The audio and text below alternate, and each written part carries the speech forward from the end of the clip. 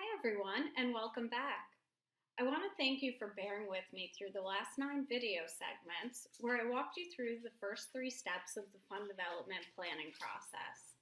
In this final segment, I'll explain the last 2 steps in the process: evaluation and revising the plan. The evaluation process includes the following tasks: establishing performance metrics, setting goals for each metric, and establishing evaluation procedures. Just as a reminder, here are the goals, objectives, and tactics that we came up with in the previous 2 segments. So now let's go to the first task in the evaluation step: establishing performance metrics. The most obvious metric is going to be funds raised, or gross revenue. I don't think this requires an explanation except to say that this is what measures the overall performance of your goals. Total donors, like funds raised, is another measure of your overall fundraising program. Now, you should establish at least one performance metric for each goal, objective, and tactic. Action steps are evaluated by either being complete or not complete, so we don't need to discuss them. Some of your objectives may also be measured this way. I'm not going to go through each item, but I'll give you a couple of examples. Let's look at the objective: upgrade an average of 15% of unrestricted donors per year. In order to determine if you've met this objective, you need to evaluate the number of total upgraded donors. Now, it's much more complicated to develop performance metrics for a tactic like utilizing board members to identify, qualify, cultivate, solicit, and steward major giving prospects. This is more subjective, so you'll have to develop performance metrics that will help you to measure a qualitative item rather than a quantitative one. You'll need to come up with several metrics, but here's just a couple: the percentage of board members participating in at least one fundraising activity, the number of major giving prospects identified by board members, and the number of meaningful contacts made between board members and major giving prospects. Just remember that your performance metrics are levers that together will drive you to meet your goals, objectives, and tactics. So be thoughtful and strategic when you establish your evaluation metrics. After you've decided on the performance metrics, you need to set goals for each metric, which is the next task in the evaluation step of the fund development planning process. First, let's talk about the most important metric of all: funds raised. Now it's finally time to set your monetary goals. I watch nonprofits make the mistake of setting financial goals without doing the necessary legwork. The most common goal setting happens during the budget process. Some nonprofits just look at their gross fundraising revenue, add 10%, and call that their goal for the next year. Other nonprofits will calculate their expenses and then set their fundraising goal at whatever they need to cover them. These are both completely wrong. When you arbitrarily set goals, you're just setting yourself up for failure. This is why I save financial goal setting for the very end of the process. By this time, you've created the plan for what you're going to do. You've done all the hard work, so this is the easy part. You've done your financial forecasting, so you know how your new efforts will impact your fundraising results. So guess what? You already have your overall fundraising goal. You should also break down revenue goals by channel. You're likely going to have separate revenue goals for years 1, 2, 3, 4, and 5. Remember the table we used in the last segment to track information by channel? Well, we are going to add columns for goal setting. This slide shows what that will look like. After you've set your overall fundraising goals, it's often helpful to construct a gift table. A gift table is a tool used to determine how many gifts and prospects you need to raise a specific amount of money. There are online tools that you can use to do this, or you can construct them on your own based on the specifics of your own prospect pool. This slide shows a gift table for a $1 million goal. Now, you're not finished yet. You still have to set goals for every single performance metric. Since the goals and objectives are written for a 5-year time frame, you'll also have separate performance metrics for years 1 through 5. The goals need to be realistic, but also aspirational.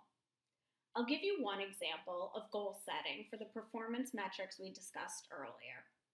If you recall, we're measuring the success of utilizing board members to identify, qualify, cultivate, solicit, and steward major giving prospects.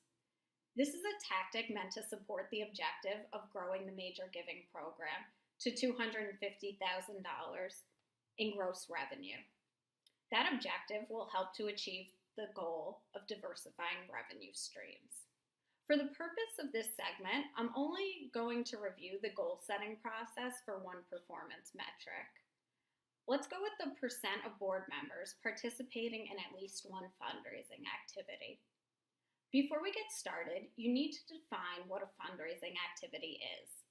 Let's just say that a fundraising activity will be a phone solicitation or a face-to-face meeting with a major giving prospect. Let's also say that currently only the board president is involved with fundraising, and there are 20 members on the entire board. The board members have been resistant to getting involved with fundraising. So the first year is going to be the toughest for getting board members to participate in fundraising. After that, you'll probably start to gain some momentum. So let's start with where we want to be in 5 years, which would be at 100% board participation in at least one fundraising activity per year. What's a realistic goal is going to be based on your nonprofit. For the first 2 years, consider which board members you'll be able to recruit. You should know your board members well enough to make a pretty good prediction about how many you'll be able to recruit by the end of the first and second years. Let's assume that you can get 3 plus the current president in the next year. It will be a bit harder to recruit board members in the second year because you would have already recruited the most willing ones in the first year. So let's set the goal at 3 more board members for year 2. Now, when you get to the third year, your board is going to start turning over. This means that you can recruit new board members who are willing to participate in fundraising activities. The unwilling board members will also start to rotate off of the board. That's why you'll probably start to see the bigger increase in year 3. Let's assume that we'll get 6 more board members in year 3.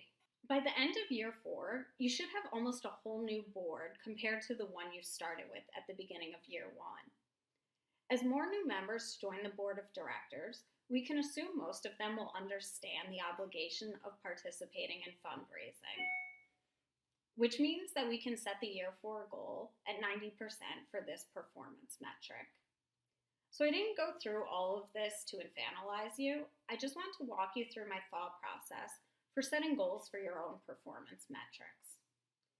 The last task in the evaluation step is to establish evaluation procedures.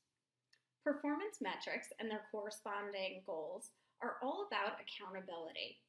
This is how you measure the effectiveness of your fundraising activities and staff members. But these metrics won't help you unless you use them properly. As part of your fund development plan, you need to establish evaluation procedures to do this. The first part of the performance metric evaluation procedure is to determine how you will evaluate each goal. For some performance metrics, you should be able to pull automated reports from your fundraising database or financial management program. If your database doesn't have these capabilities, it's probably time to upgrade your program. You also need to designate someone who will be responsible for the evaluation. It may be your database manager or director of development, but it's unlikely that it would be your vice president or executive director, because this task is more administrative rather than strategic. For the board member metric, you probably won't be able to pull an automated report that shows how many board members have participated in at least one fundraising activity. So how will we evaluate it for meeting our goals? Well, any board member participating in fundraising will have to work with the development director, so it probably makes sense for the development director to keep a list of all board members and which fundraising activities they've participated in each year. Next, you have to determine a schedule for evaluating each metric. This will depend on the importance of each goal and the accessibility of data. Usually, financial information on funds raised, year-to-date budget, and donor statistics can easily be pulled and reviewed on a weekly basis. Since these are main priorities, the nonprofit should review the information as frequently as possible. I prefer to determine the time frame for performance metric evaluation meetings and plan revisions to put them in the actual plan. For example, if your fiscal year runs from July 1st to June 30th, you'll probably want to review the plan and recommend changes after you get your calendar year end and fiscal year end results. These are the less busy times of the year when you have the time and the information to make decisions about changes for the next half of the year. For something like the board member metric, you don't need to evaluate this weekly or even monthly. It probably makes sense to evaluate this metric quarterly. It can be done with the fundraising staff and/or during a regularly scheduled meeting of the board of directors. It's important to continuously evaluate your progress towards your goals. You need to be vigilant to make sure that you're staying on track. After the evaluation step, it's often necessary to make adjustments to your fund development plan. So let's move on to the final step of the planning process, revising the plan. Your fund development plan should be a dynamic, ever-changing document. I find too often that nonprofits go through this entire process, they write up a beautiful plan, and then they put it on their shelf where it sits collecting dust. This drives me crazy, but it's unfortunately quite common. You've heard people say that if you want to win the lottery, you need to buy a ticket, right? Well, the same principle applies here. If you want your fund development plan to work, you need to implement it and also refine it as you go. You should designate someone who's responsible for maintaining and revising the plan. It would probably be the job of the Chief Development Officer to do this. You also need to figure out who should be involved in the regular review of the fund development plan. While you want input from all staff and volunteers, you don't want them all in a meeting or else you won't be able to accomplish anything. It's probably best to involve all of the middle management or at least one person from each functional area in these meetings. They can get feedback from their direct reports and bring that to the table. You should also invite the president of the board and/or the chair of the fund development committee. Like the performance metric evaluations, I recommend that nonprofits establish a schedule for evaluating their overall plan and making revisions to the plan. Trust me, staff and volunteers will take the plan more seriously if they know that everyone is going to be held accountable. For newer fundraising operations or ones that are making drastic changes to their programs, I recommend that they formally meet about every 3 months. More mature fundraising organizations can meet less frequently, but I think that twice a year is the minimum. These meetings should occur right after the performance metric evaluations, so you have the maximum amount of data to inform your decisions. Now it's finally time to implement the plan. Remember, it does take time to see results, but you've planned for that, so have faith in that plan. But throughout the implementation process, there will undoubtedly be a need for adjustments to your plan.